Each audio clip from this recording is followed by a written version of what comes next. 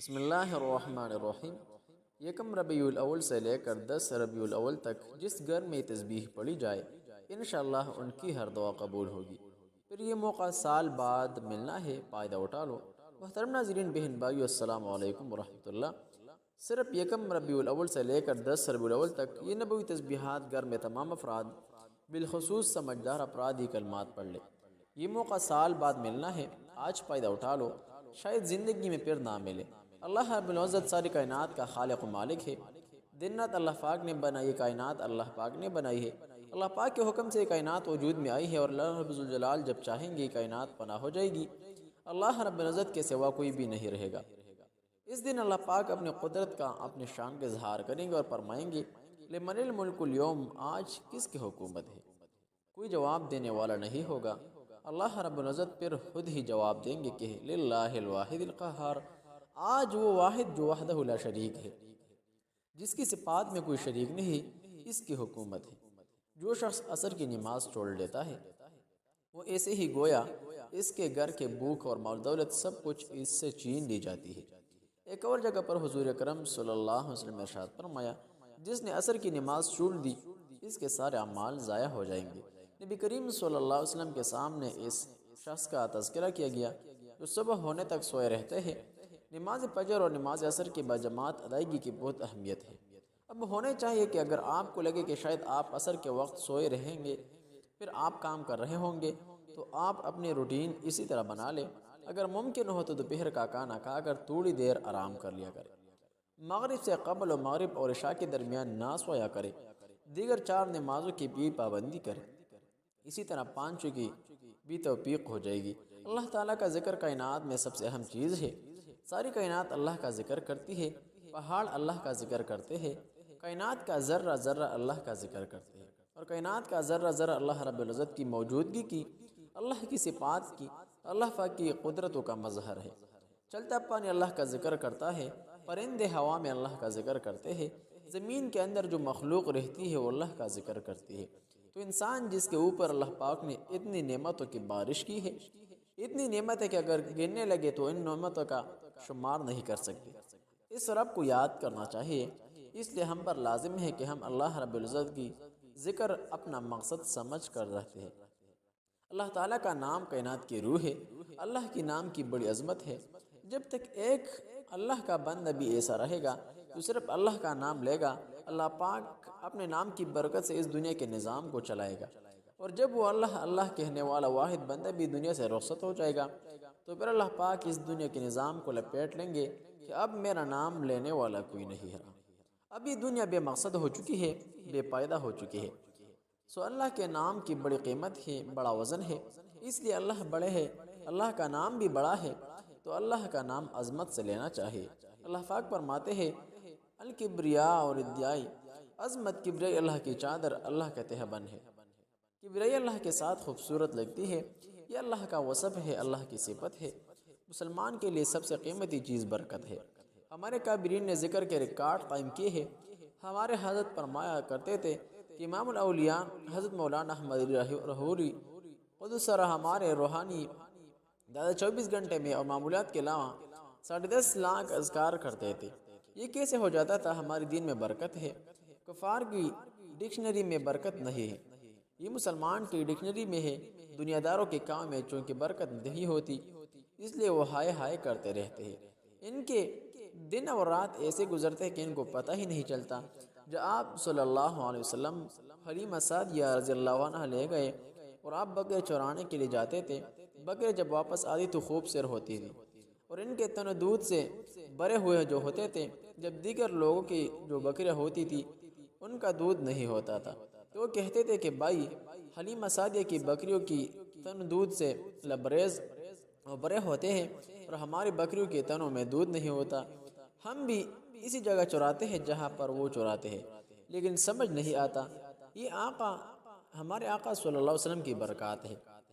محترم ناظرین، بہن بھائیوں، کلمات نبوی نوٹ پر مالے، آسان اور طاقتور ترین کلمات، جاتے ہیں ان نبوی کلمات کی طرف۔ محترم ناظرین، یکم ربیع الاول سے لے کر 10 ربیع الاول تک یہ کلمات ہر گھر میں، ہر خاندان میں ضرور پڑھنی چاہیے۔ کن کلمات یہ کلمات زبان پر آسان ہے، میزان کے ترازو میں وزنی ہے اور اللہ رب الجلال کو بہت محبوب ہے۔ جو بندہ یہ کلمات پڑھے گا اور اس کلمات پڑھنے کے بعد اپنی دعا اپنی حاجت اللہ رب الجلال سے مانگ لے تو قوی امید ہے کہ آپ کی حاجت آپ کی ضرورت اللہ رب الجلال غیب سے پوری فرمائے گی اور وہاں سے رزق دے گا جہاں سے آپ کے گمان بھی نہ ہوگا۔ محترم ناظرین، اگر آپ رزق و دولت کی تلاش میں ہیں، آپ عزت کی تلاش میں ہیں، آپ اولاد کی تلاش میں ہیں، تو یہ کلمات یکم ربیع الاول سے لے کر 10 ربیع الاول تک لازمی پڑھنا چاہیے۔ گھر کے تمام افراد کو یہ بات واضح کرنا چاہیے کہ یہ کلمات کی برکت سے ہماری تمام ضروریات، حاجات اور مقاصد پوری ہو جاتی ہے۔ لہٰذا ان کلمات کے مقصد اور فضیلت کو نوٹ فرما لیں۔ ذکر کا مقصد قرآن کریم کی طرف لے جانا ہے۔ ذکر میں خشوع آ گیا تو انشاءاللہ جب قرآن کریم کی تلاوت کریں گے تو پھر قرآن کی تلاوت میں خشوع ہوگا، پھر اللہ کی شان یاد آتی ہے۔ اکرمہ جو ابو جہل کے بیٹے تھے رضی اللہ عنہ لیکن صحابی رسول تھے، جب قرآن کی تلاوت کرتے تھے قرآن پہ گر جاتے، آنسو کی لڑیاں جاری ہو جاتی تھی اور فرماتے تھے ھذا کلام ربی، ھذا کلام ربی، یہ میرے رب کا کلام ہے، یہ میرے رب کا کلام ہے۔ قرآن کی ایسی تلاوت کرے، کوشش کرے علماء کرام سے رابطہ کرے، جو پڑھے لکھے ہیں ترجمہ کے ساتھ پڑھے۔ اللہ پاک نے قرآن پاک کو ذکر سے یاد کیا ہے، اِنَّا نَحْنُ نَزَّلْنَا الذِّكْرَ وَإِنَّا لَهُ لَحَافِظُونَ، ہم نے ذکر کو اتارا تو اس کا مطلب یہ ہے کہ ہم جو اسباق پڑھتے ہیں اس کا مقصد یہ ہے کہ قرآن کے ذکر کی طرف منتقل ہو جائے۔ یہ قرآن کریم کا حق ہے۔ فقہاء نے لکھا ہے کہ روزانہ 3 پاؤں قرآن پاک کی تلاوت یہ قرآن پاک کا ہمارے اوپر حق ہے۔ بہتر ہے کم از کم روزانہ 1 سپارہ پڑھے۔ مہینے میں قرآن پاک ختم، ادھر سے چاند نمودار ہوا، آپ کا قرآن کریم شروع ہوا، ادھر چاند غروب ہوا، آپ کا قرآن کریم مکمل ہوا۔ اللہ پاک عمل کرنے کی توفیق نصیب فرمائیے، اپنے فضل و کرم سے آپ کی دعا کو شرف قبولیت عطا فرمائے۔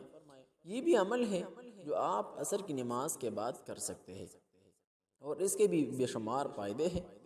رسول اللہ صلی اللہ علیہ وسلم نے ارشاد فرمایا، جو شخص عشاء کی نماز جماعت کے ساتھ پڑھے گویا اس نے آدھی رات عبادت کی، اور جو فجر کی نماز جماعت کے ساتھ پڑھے گویا اس نے پوری رات عبادت کی۔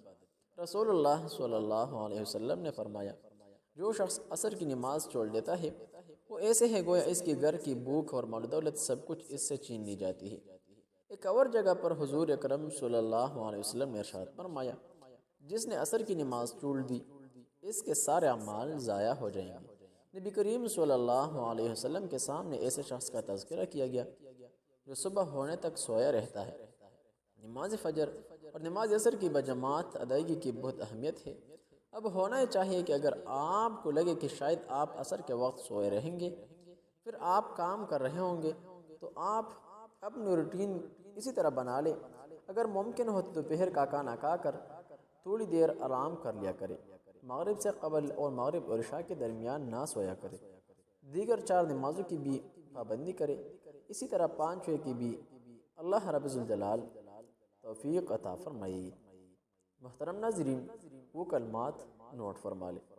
روایت ہے یعنی ابن عمر رضی اللہ تعالی عنہما فرماتے ہیں کہ ایک شخص نے نبی کریم صلی اللہ علیہ وسلم سے دنیا کی کمی کی شکایت کی، تو نبی کریم صلی اللہ علیہ وسلم نے فرمایا کہ تم فرشتوں اور مخلوقات کی اس تسبیح سے کہا غافل ہو جس کی برکت سے انہیں رزق دیا جاتا ہے۔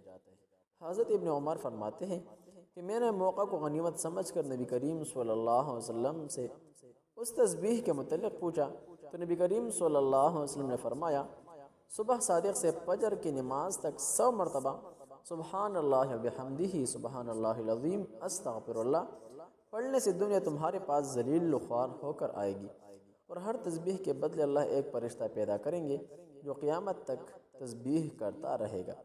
اسی طرح کے اسلامک وظائف کے لیے ہمارے اس آفیشل اسلامک چینل کو ضرور سبسکرائب کیجئے، ویڈیو لائک اور آگے شیئر کریں تاکہ دوسروں کو بھی اس وظیفہ سے فائدہ ہو سکے۔ محترم ناظرین، مقدس اور بابرکت ماہ ہے، لہٰذا نیک اعمال کی طرف رجوع کیجیے۔ السلام علیکم ورحمۃ اللہ تعالی وبرکاتہ۔